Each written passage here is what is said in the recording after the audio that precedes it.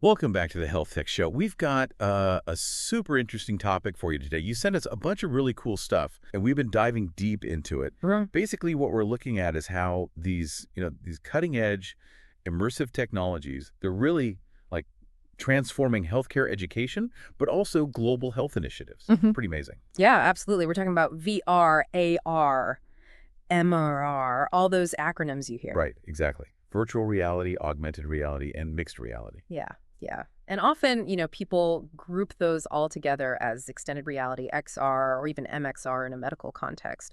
But these aren't just, fancy terms. They're actually powerful tools that are like actively changing how medical professionals learn and how they collaborate across the world. And that's what we're going to be focusing on today in our deep dives. We read this fascinating article called Virtually There, a framework for immersive technology to enable global health engagements. And it basically lays out this framework for how to integrate these technologies, VR, AR, MR, Oh. into healthcare education and training, especially for international populations. Yeah, and specifically within what they call global health engagements, GHEs. These are like collaborations between the U.S. and other countries on really important health priorities. Exactly. And what I find fascinating is that this framework really gets at some of the long-standing problems in traditional medical education. Like, think about the challenges with, distance, the cost, the logistics of getting everyone together for training. Immersive technology provides some really innovative solutions to those problems. Things like remote education, affordable simulations, and just a much more advanced level of training that you can get. Okay, so let's unpack that a little bit. So, immersive technology, what's so revolutionary about it for global health? Well, just think about the impact it can have on these GHEs, global health engagements. By creating virtual learning environments, you suddenly reduce the need for all that travel, for shipping physical resources across borders. And that saves a ton of money and time. Yeah, absolutely. Think about just even one training session. Yeah. If you have to fly experts from different continents, the cost is just astronomical. Exactly. You're talking tens of thousands of dollars, easy just for flights, accommodation, all the logistics. With MXR, you can cut that down drastically. It's just the cost of the tech and the expert's time. Maybe 80, even 90% savings, potentially. And it's not just the money, right? The article gave this great example about subject matter expert exchanges. Instead of flying specialists all over the place, they can collaborate and learn together virtually across borders. They mentioned a collaboration between Colombia and the U.S. about critical care best practices. And just, it makes so much sense. Absolutely. It's a much more efficient and effective way to connect experts and share knowledge. And I think, if you connect this to the whole idea of global health crisis preparedness, the potential is huge. Imagine being able to use MXR to quickly share information during a pandemic or to distribute virtual resources and best practices. It could really help coordinate a more effective international response. COVID-19 showed us how important that kind of agility and global collaboration is. Yeah, for sure. And one thing that really stood out to me was the idea of creating these really realistic, high-fidelity training experiences. It's not just watching a video, it's like actually feeling immersed in emergency situations, but in a safe environment. That has to be a huge advantage for preparedness. It is, and it's not just a few researchers working on this. You have big organizations like IHVRA, the International Healthcare Virtual Reality Association, and AMXRA, the American Medical Extended Reality Association. They're really pushing for the use and development of this technology in healthcare. They're setting standards, promoting best practices. So we keep mentioning VR, AR, MR. Just for clarity, can we break down what each of those actually is? Sure. So let's start with VR, virtual reality. This one's probably the most immersive. Basically, it puts you into a completely artificial environment generated by a computer. You wear a headset, maybe use some handheld controllers. And the idea is it replaces the real world with this digital one. So you really feel like you're there in that space. That's what they call presence. Okay, so VR is like stepping into a whole other world digitally. Yeah. And AR, augmented reality, is different. Right. AR doesn't replace the real world. Instead, it adds digital information to it. Like, you might see images, text, animations overlaid onto your view of the real world. You see this on smartphones or with special glasses. So you're still in the real world, but it's enhanced with these digital elements. Got it. It adds a layer on top of what you're seeing. And then there's mixed reality, MILR. Yeah, MR blends the digital and real worlds together in a more seamless way, more interactive than AR. So with MR, virtual objects can actually interact with real things. Like imagine a virtual object being hidden behind a real chair as you walk around it. It's a really sophisticated integration where the two worlds kind of coexist and you can interact with both. Sounds really advanced. And the article even mentioned that some GHG activities might start with AR or VR and then move to MR for a more, richer experience as things progress. Exactly. And it can be really hard to explain the difference without actually experiencing it. That's why having a clear framework for implementation is so important. Right. And, I was wondering, for anyone who's interested in the theory behind this, are there like key concepts or frameworks that explain how MR works? Yeah, for sure.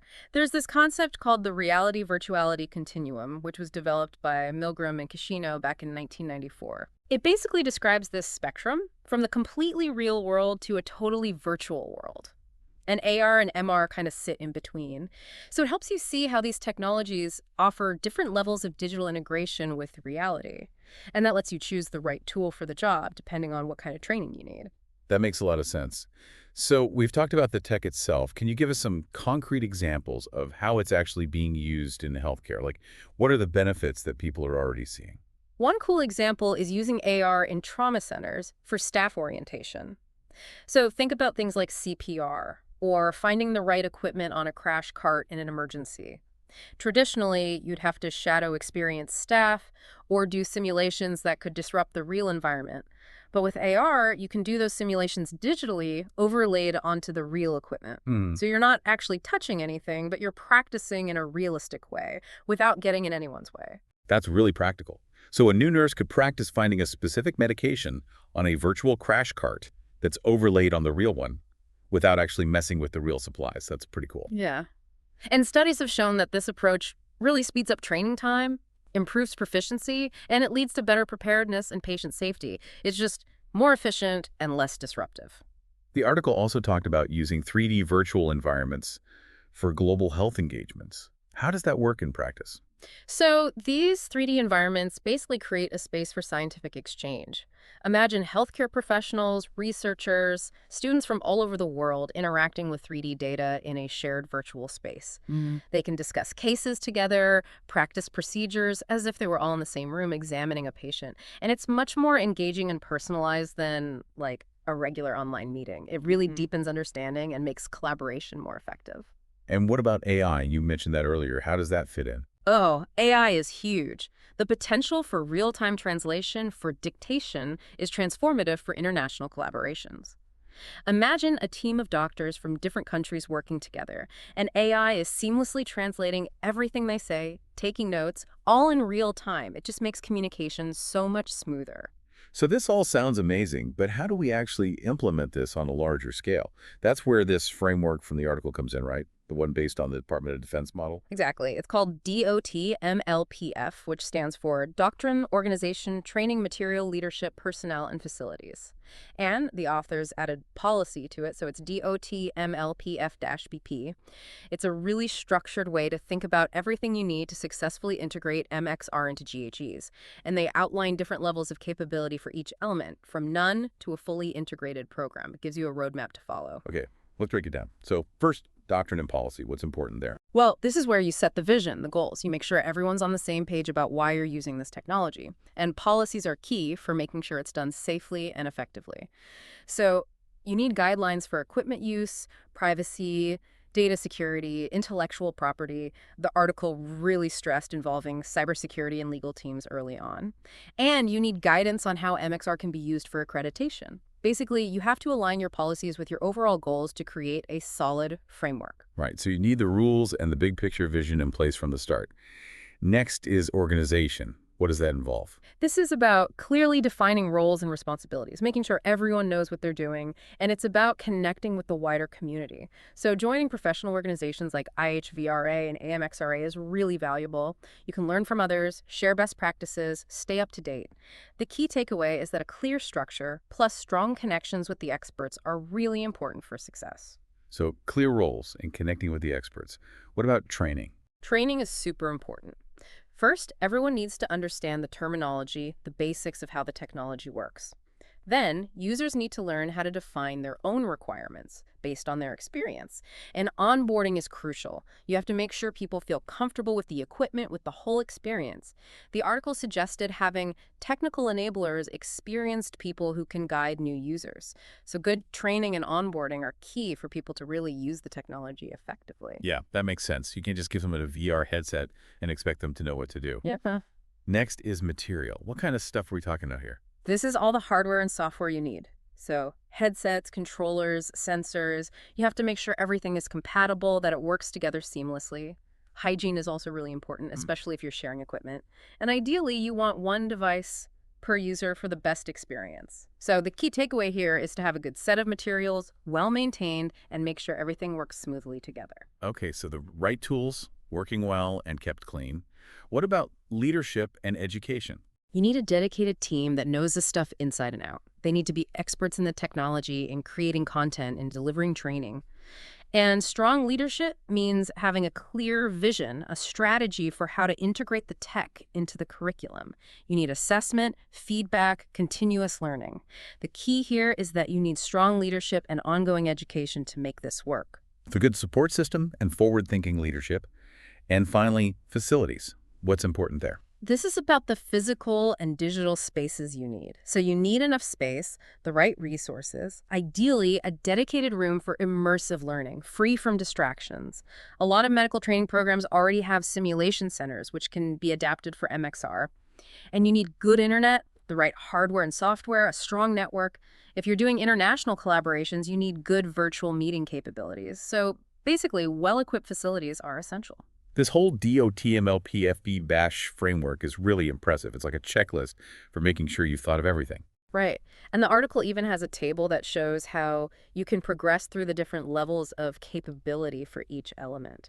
It's a great resource for anyone who wants to implement this. So zooming out a bit, what are some of the bigger implications of this technology? What's the future of immersive tech in global health? Well, one of the most important things is that it can really help bridge those geographical gaps. It makes specialized medical knowledge more accessible no matter where you are, and it makes education and training more scalable. You can reach more people with high-quality resources.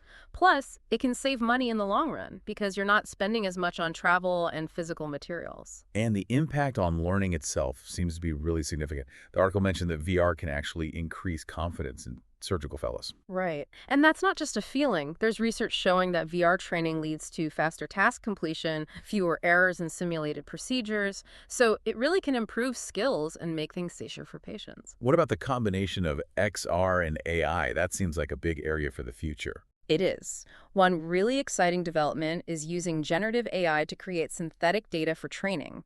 This means you can create super realistic scenarios, even for rare or complex cases, without using any real patient data, so it's safer for privacy. That's really clever. What about the role of regulatory bodies, like the FDA? As this technology becomes more integrated into healthcare, it's going to be essential to work closely with regulators. We need to make sure that it meets safety and efficacy standards and that it's being used ethically and responsibly. And of course, protecting patient privacy is absolutely paramount. The article also highlighted some interesting differences in how different regions are approaching this. Yeah. You have companies like Healthtech BR in Latin America who are successfully integrating MXR into medical schools. They've focused on making it affordable and accessible, which is really important. And then you have countries like the US where there's been a lot of investment in the technology leading to faster adoption. It shows how different factors can influence how this technology is being used around the world. But the main message seems to be that this technology, VR, AR, MR, it's not meant to replace traditional methods, but to enhance them. Exactly. It offers a new way to learn, a way that's more scalable, more accessible, and that promotes global collaboration. And it can be especially valuable for developing countries where resources might be limited. But the key is to implement it carefully, using a framework like DO2MLPFP to guide the process. So we've talked about the potential benefits, the challenges, and the framework for implementation.